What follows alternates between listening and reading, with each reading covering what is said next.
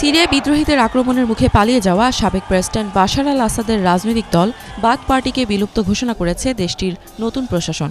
বাশার আল আসাদ ক্ষমতাচ্যুত হওয়ার আগে বাথ পার্টি ৬০ বছরেরও বেশি সময় ধরে সিরিয়া শাসন করেছিল। একই সাথে বাতিল করা হয়েছে দেশটির সংবিধান। সিরিয়ার অন্তর্বর্তীকালীন সরকারের নতুন প্রেসিডেন্ট হিসেবে দায়িত্ব গ্রহণ করেছেন আহমেদ হুসেইন আল সারা, যিনি আবু মোহাম্মদ আল জুলানি নামে পরিচিত।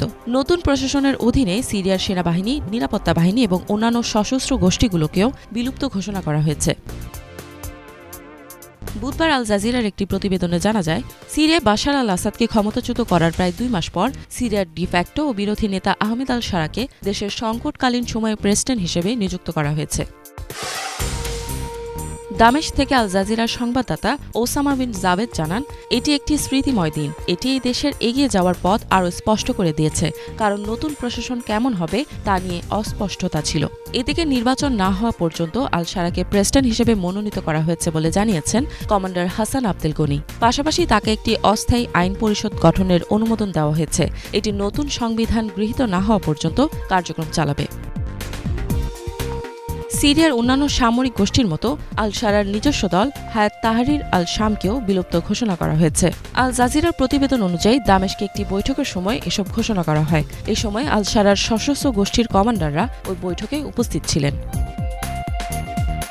আল জাজিরার সংবাদদাতা ওসামা বিন জাবেদ জানিয়েছেন, আল সারা তাদেরকে আশ্বস্ত করার চেষ্টা করেন তারা শুধু প্রতিনিধিত্বই করবেন না, বরং সিরিয়ার নতুন ভবিষ্যতের অংশ হবেন।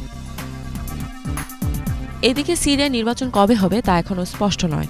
নির্বাচনের কোনো নির্দিষ্ট সময়সূচি প্রকাশ করা হয়নি। এর আগে আল সারা জানিয়েছিলেন, সিরিয়ার মতো যুদ্ধ বিধ্বস্ত দেশে নির্বাচন আয়োজন করতে প্রায় ৪ বছরের মতো সময় লাগতে পারে। এর আগে সৌদি আরবের আল আরাবিয়া চ্যানেলের সাথে এক সাক্ষাৎকারে আল সারা জানিয়েছিলেন, সিরিয়ায় নতুন একটি সংবিধান তৈরি করতে প্রায় ৩ বছরের মতো সময় লেগে যেতে পারে। তিনি আরও উল্লেখ করেন, নির্বাচন অনুষ্ঠিত হতে পারে সম্ভবত ৪ বছরের মধ্যে। তার মতে দেশের ভোটার সংখ্যা সঠিকভাবে নির্ধারণ করার জন্য একটি নতুন আদমশুমারি করা প্রয়োজন।